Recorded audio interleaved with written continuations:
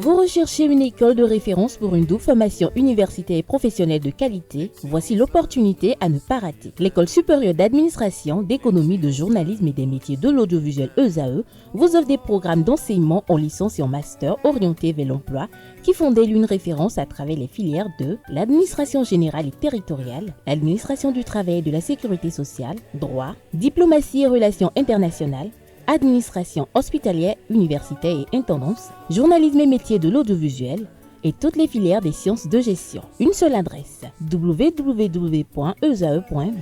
Rendez-vous dès maintenant sur nos campus ESAE Bedjromende au numéro 90 93 65 21 ou au numéro 98 98 14 00. Paracourt sur le numéro 52 46 12 12. Aboumé-Calavi au numéro 52 88 44 44. Akpaka au numéro 52 88 33 33. ESAE, l'excellence a un nom. Chers amis internautes, bonjour à nouveau. On démarre cette une des journaux comme il est de coutume par le quotidien Maison. Le quotidien béninois d'information générale et d'analyse, l'Informateur, qui ce matin en manchette nous informe au sujet de l'affaire Steve Amoussou, alias Frère Rouvi, au sujet également du mandat d'arrêt émis contre ses ravisseurs. Le Cana évoque la nouvelle posture de la République du Togo. Il écrit en manchette avec pour illustration la photo de Steve Amoussou que les mandats d'arrêt décernés entre-temps contre les ravisseurs de Steve Amoussou ne sont plus exécutoires. Là-dessus, le secrétaire général du gouvernement du Togo a été précis. Retrouvez une transcription intégrale de ses propos au détour d'une émission télévisée à la page 3 de la livraison de ce matin. On lit également ce matin à la une de l'Informateur. Bonne gestion au sommet de l'État. Le Fonds monétaire international salue la création d'emplois par l'économie. Conférence sur la dimension humanitaire au Canada.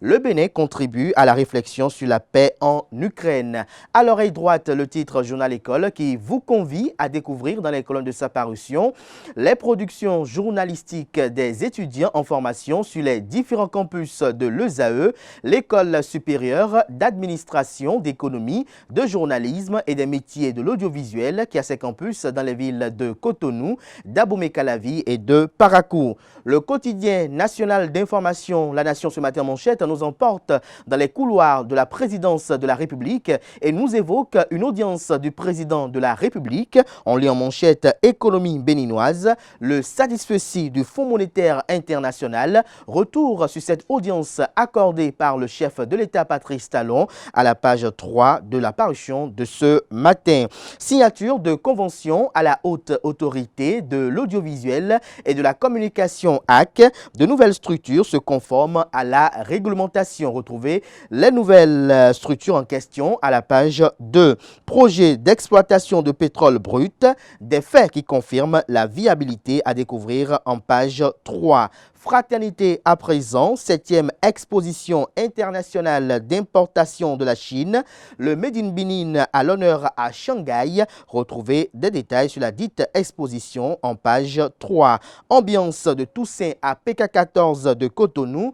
Du rituel au spirituel pour honorer la mémoire des défunts. Retrouvez le compte rendu à travers un reportage constat effectué par la rédaction dans les colonnes de sa parution de ce matin. Fête du 1er novembre, les chrétiens de l'aumônerie Sainte-Geneviève de Porto-Novo célèbrent la Toussaint.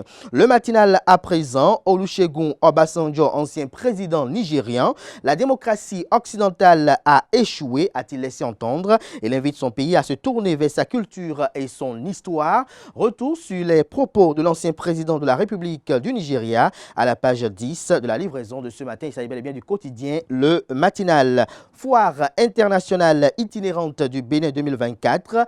La ville de Djougou déjà sous le feu de projecteurs. Matin libre ce matin en manchette avec les photos de Irénée Josias Agossa, Rachidi Guadamassi. Vous avez également le président de l'ancien parti politique Père à la personne de Nathanaël Coty et puis le député Ali Kamarou. Le Canard titre invective et propos désobligeants. Quel héritage politique veut laisser Patrice Talon, se questionne le Canard. Retrouvez les motivations de ce titre en manchette à la page 2 de la parution de ce matin. Ministère des Affaires étrangères, Vincent Abalo déplore une mauvaise performance.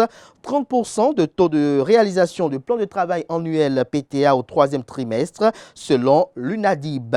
Le confrère de Le Béninois Libéré communique ce matin en manchette. Unité nationale à l'heure des déchirements sociaux.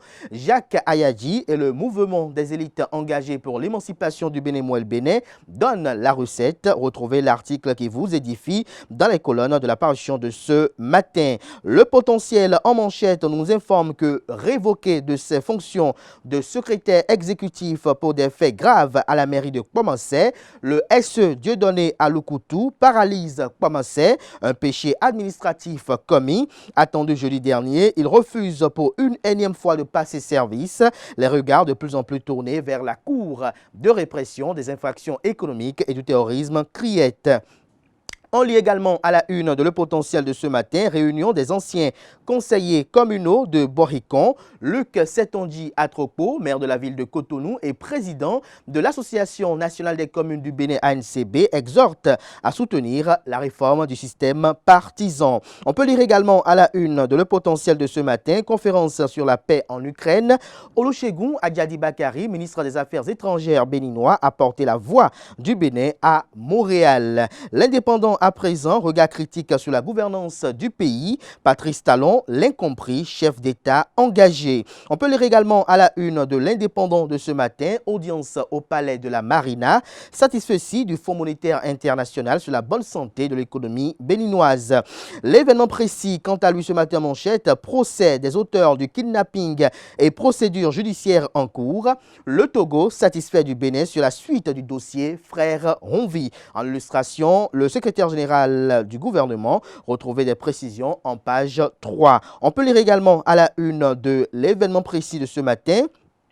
Fête de la Toussaint, Louis Béounou Vlavonou, président de l'institution parlementaire du Bénin, honore la communauté catholique de Porto Novo. À l'oreille droite, culture et identité, l'ambassadeur Edon plaide pour la création de label musical béninois. Bénin Intelligent à présent, échange entre ceux-là-ci du FMI et Patrice Talon. Le Canard retient, l'économie béninoise se porte bien.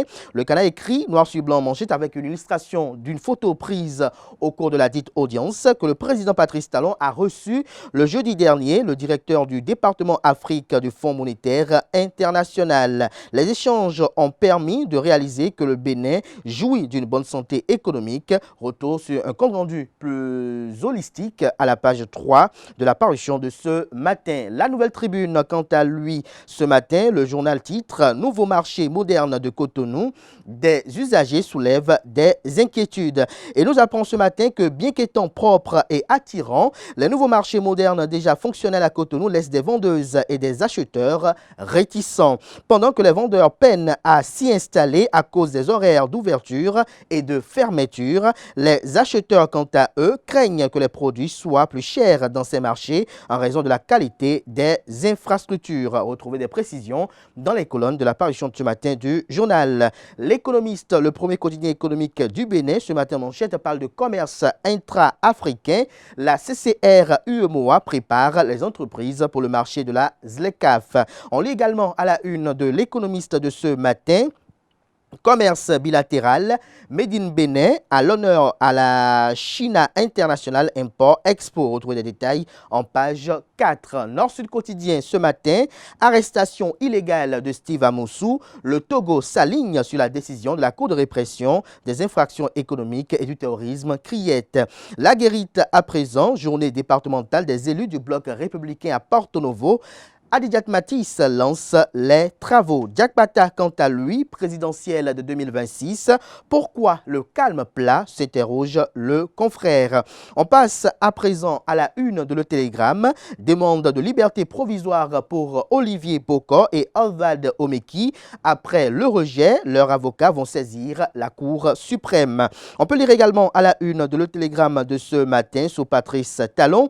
La pauvreté a reculé au Bénin, affirme Wilfried Léandre Hungbeji, porte-parole du gouvernement, également secrétaire général adjoint du dit gouvernement. Autorité de régulation des communications électroniques et de la poste, ARCEP, 3 430 milliards 100 millions de francs CFA de dépôt mobile money enregistrés en 2023. On découvre à présent la une de Le Pays émergent. Manœuvre à la commission arbitrale de football béninois. Qu'est-ce qui bloque ou retarde la publication de la liste des arbitres FIFA 2025? Le président de la Fédération béninoise de football, Mathurin de Chacus, doit veiller au grain, estime le confrère. On passe à présent à la une de La Primeur. Fête de la Toussaint à l'aumônerie Sainte-Geneviève, le président Louis Vlavonou au culte de communion et d'espérance.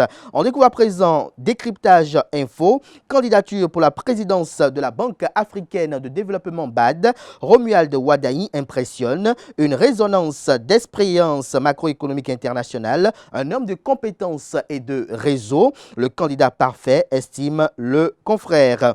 Loi numéro 2024-13 du 15 mars 2024 modifiant le code électoral.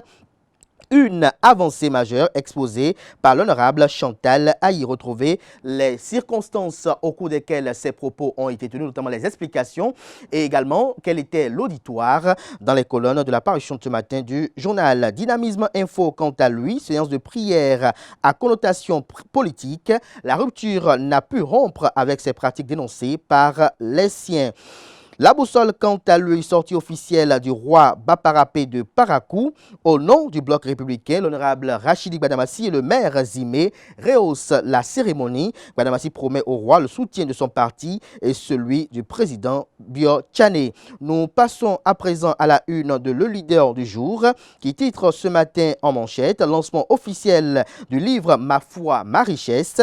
Angelica Mireille Azon-Rotodé prône la restauration et la valorisation de la spiritualité vaudou, un engagement pour la promotion des valeurs endogènes de la culture béninoise. On découvre à présent Soleil Levant qui titre ce matin à sa une politique. Le président Hippolyte Arondémé appelle à l'égalité des droits entre Libanais et Africains. La CEDEAO et l'AES appelés à adopter le principe de la réciprocité. Voilà. L'essentiel à retenir de la présentation de quelques titres parus ce jour dans la presse locale. Les quotidiens sont disponibles dans les kiosques, également accessibles en ligne pour ceux d'entre eux disposant bien évidemment d'un site internet. Merci de votre attention. Place à présent au bulletin matinal d'information et à la page des sports.